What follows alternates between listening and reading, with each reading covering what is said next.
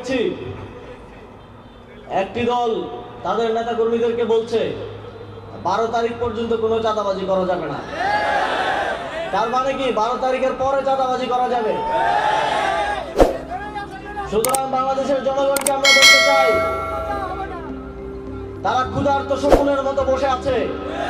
12 তারিখ যদি কোনোভাবে নির্বাচনটা দিতে আসতে পারে, 12 তারিখের পরে আপনারা আর শান্তি পাবেন না। তারা তাতে ধার দিয়ে বসে আছে 12 তারিখের পরে চাঁদাবাজি, সন্ত্রাসী, লুটপাটের স্বর্গরাজ্য হিসেবে গড়ে তুলবে বাংলাদেশকে। সুতরাং ন্যায় ও ইনসাফের পক্ষের সকল নেতা কর্মীকে, বাংলাদেশ খেলাফতে মজলিসের, বাংলাদেশ জামাতে ইসলামীর, জাতীয় নাগরিক পার্টির, খেলাফতে মজলিস, আমার বাংলাদেশ পার্টি সহ 11 দলীয় জোটের সকল নেতা কর্মীকে এখন ঐক্যবদ্ধ হয়ে বাংলাদেশের 18 কোটি মানুষের মুক্তির জন্য, সুন্দর একটি বাংলাদেশের জন্য কাঁধে কাঁধ মিলিয়ে লড়াই করতে হবে। আমরা 11 দলীয় জোটের পক্ষ থেকে জানিয়েছি, আমরা নির্বাচিত হলে বিগত শাপলা চত্বর হত্যাকাণ্ড থেকে শুরু করে, মোদিবিরোধী আন্দোলনের হত্যাকাণ্ড থেকে শুরু করে, জুলাই গণঅভ্যুত্থানের হত্যাকাণ্ড এবং সর্বশেষ আমার আপনার ভাই শহীদ হাদি হত্যাকাণ্ডের বিচার আমরা নিশ্চিত করব।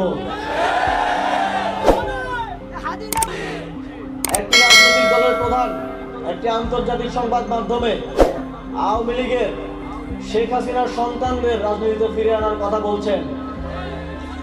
তিনি বলছেন জনগণ চাইলে নাকি ফিরিয়ে আনা হবে। জনগণ যদি আওয়ামী লীগকে চাইতই তাহলে 5ই আগস্ট জীবন দিয়ে তাদেরকে বিতাড়িত করতো না। আমরা আপনাকে স্পষ্টভাবে বলতে চাই, যেখানে আজকে আমরা দাঁড়িয়ে আছি সেখানে আমার ভাইয়েরা জীবন দিয়েছে। একজন শহীদের পিতা এখানে আছেন, তার সন্তান জীবন দিয়েছে। আবারও শেখ হাসিনার সন্তানদের বাংলাদেশের রাজনীতিতে ফিরিয়ে আনার জন্য না। জিয়াউর রহমান, তাকে আমরা শ্রদ্ধা করি, কিন্তু তিনি একটাই ভুল করেছিলেন, তিনি শেখ হাসিনাকে বাংলাদেশের রাজনীতিতে ফিরিয়ে এনেছিলেন। তার ভুলের জন্য তার পরিবারও যদি ভুলে যায় তাদেরকে কি খেসারত দিতে হয়েছিল, বাংলাদেশের মানুষ কিন্তু ভুলে নাই। আমরা কোনোভাবেই আপনাদেরকে সেই সুযোগ করে দিব না যার মাধ্যমে বাংলাদেশের জনগণ আবারও দীর্ঘ অত্যাচার, অন্যায়, জুলুমের শিকার হবে।